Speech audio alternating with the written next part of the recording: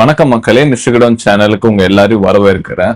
என்னைக்காவது யோசிச்சிருக்கீங்களா, இந்தியால ஏன் ஒரு சமூக ஊடகங்களும் இல்ல? அதாவது இந்தியன் மேக் பண்ண ஒரு இந்திய நிறுவனம் செஞ்ச ஒரு சமூக ஊடகம் இல்ல. எப்ப பார்த்தாலும் ஒரு இன்ஸ்டா இல்லைன்னா வீடியோ ஸ்ட்ரீமிங்ல பாத்தீங்கன்னா யூடியூப் இருக்கும், இல்ல ஓடிசில பாத்தீங்கன்னா ஃபேமஸா ஒன்னு அமேசான் இருக்கும், இல்ல நெட்ஃபிளிக்ஸ்.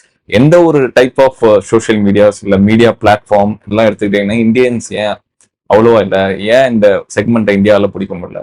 சொல்ல போனா நம்ம கொரோனா பேண்டமிக் டயத்துல வந்து டிக்டாக்கு வந்து நம்ம பேன் வச்சிருந்தோம். ஏன்னா அவங்க நம்ம டேட்டாஸ்லாம் வந்து மற்ற கண்ட்ரிஸ் எடுத்துட்டு போறாங்க. அந்த டேட்டாஸ் வந்து மிஸ்யூஸ் பண்றதுனால அதனால வந்து ஒரு பெரிய வேக்யூம் வந்து உருவாச்சுங்க. அது ஒரு பெரிய வெற்றிடத்தை கொண்டு உருவாச்சு. அதனால வந்து நிறைய கம்பெனிஸ் இப்ப ஆரம்பத்துல வந்தாங்க. அப்பதான் வந்து ரொம்ப ஃபேமஸ் ஆனதுதான் வந்து அந்த மோஜ், அப்புறம் ஷிங்காரி, அப்புறம் கூ எஃப்எம். வெறும் ஆக்சுவலி கூன்னு ஒன்று இருக்கு, ட்விட்டர் மாதிரி இருக்கும்.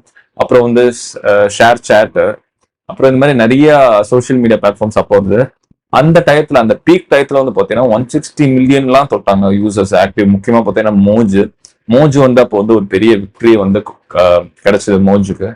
ஆனா இவங்க பாத்தீங்கன்னா கிட்டத்தட்ட பாத்தீங்கன்னா ஒரு சைனாவோட அந்த ஒரு வே ஆஃப் ஸ்டைல யூஸ் பண்ணிருப்பாங்க. சைனீஸ் என்ன பண்ணுவாங்கன்னா ஃபர்ஸ்ட் காப்பி பண்ணுவாங்க, அதுக்கப்புறம் அதை மாஸ் ப்ரொடியூஸ் பண்ணி மார்க்கெட்டை கேப்சர் பண்ணுவாங்க. அதுக்கப்புறம் தான் வந்து அவங்க இனோவேஷனை நோக்கி போவாங்க. அவங்க எடுத்தோடனே ஒரு இனோவேஷனுக்கோ இல்ல குவாலிட்டியை நோக்கி அவங்க போறது கிடையாது. இதுக்கு வந்து நம்ம பல உதாரணங்கள் சொல்லலாம். சோ இப்போ வந்து சைனீஸ் வந்து இனோவேஷன் நோக்கி போயிட்டு இருக்காங்க, அதுல சந்தேகம் இல்லை. அவங்க அந்த வளர டைம் முக்கியமா பாத்தீங்கன்னா அந்த 2010 அந்த பீரியட் வரைக்கும் பாத்தீங்கன்னா வந்து இந்த எக்ஸ்ட்ரீம் இந்த மார்க்கெட் முக்கியமா உலகத்துக்கே அவங்க ஃபேக்டரி ஆகணும்னு முயற்சி பண்ணாங்க.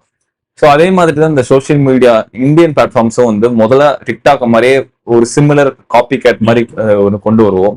ஸோ அதுக்கப்புறமா வந்து நம்ம அதை புஷ் பண்ணலாங்கிறத அவங்க எய்ம் பண்ணி வச்சு, பட் அவங்களோட இனோவேஷன் லேக் ஆஃப் இனோவேஷனால அந்த மார்க்கெட் அவங்களால பிடிக்க முடியாம போச்சு.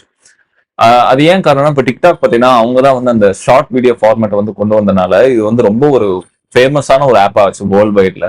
கிட்டத்தட்ட இன்ஸ்டாக்கு நிகரான ஒரு ஆப்பா வச்சிருந்தாங்க.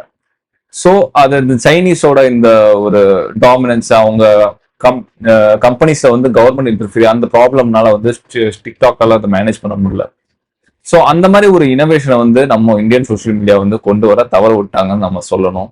ஸோ இப்போ இன்ஸ்டால இருக்கிற என்ன பெனிஃபிட் பார்த்தீங்கன்னா அந்த யூசரை வந்து அந்த ஆக்டிவ் வச்சுக்கான ஒரு மெத்தட்ஸ், அதே மாதிரி அப்டேட் வந்து நல்ல ஒரு அப்டேட் பண்றது, அப்கிரேடேஷன் கொண்டு போறது, இனோவேட் பண்றது. அது மட்டும் இல்லாம அவங்க வந்து கண்டென்ட் கிரியேட்டர்ஸ்க்கு வந்து ஒரு இன்கம் சோர்சஸ் வந்து ரெடி பண்ணல, அவங்களால முடியல. மற்ற நம்ம இந்தியன் சோஷியல் மீடியா இன்ஸ்டால பாத்தீங்கன்னா பிராண்ட் வந்து முக்கியமா இன்ஸ்டால இருக்க அந்த ஒரு டாப் லெவல் எலிட் கண்டென்ட் கிரியேட்டர்ஸ்க்கு வந்து நிறைய ஒரு ரெக்கக்னிஷன் தராங்க. அது மாதிரி இந்தியனுக்கு வந்து தர மாட்டேங்க. அதுக்கான காரணம் கண்டென்ட் கிரியேட்டர்ஸ் வந்து ஒரு கரெக்டான ஒரு லூப்ல வச்சுக்கல. ஏன்னா அவங்களால வந்து எதை மெயின்டைன் பண்ண தெரியல.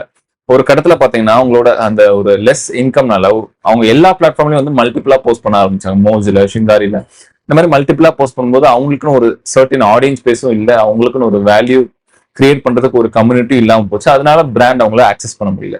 இன்ஸ்டான்னு பாத்தீங்கன்னா இன்ஸ்டால ஒன்னே ஒன்று தான், அது நல்ல ஒரு குவாலிட்டியான ஆப்னால அதுல நல்ல ஒரு குவாலிட்டி இருக்கும். அதனால வந்து கண்டென்ட் கிரியேட்டர்ஸ் வந்து அதை ஒன்னுல ஃபோக்கஸ் பண்ணாங்க. யூடியூபை தவிர்த்துட்டு அந்த மாதிரி பண்ணும்போது வந்து பிராண்ட்ஸுக்கும் வந்து கொலாபரேஷன் வந்து ரொம்ப சுலபமா இருக்கு. ஸோ அதனால வந்து அவங்களுக்கு அத்தாரிட்டி இன்க்ரீஸ் ஆச்சு.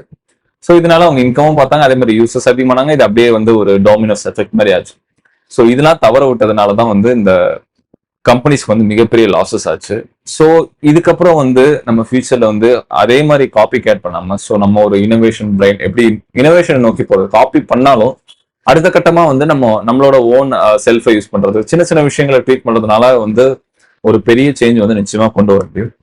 ஸோ இதுதான் வீடியோவோட எண்டு கைஸ். ஸோ உங்களுக்கு இந்த வீடியோ பிடிச்சதா மறக்காம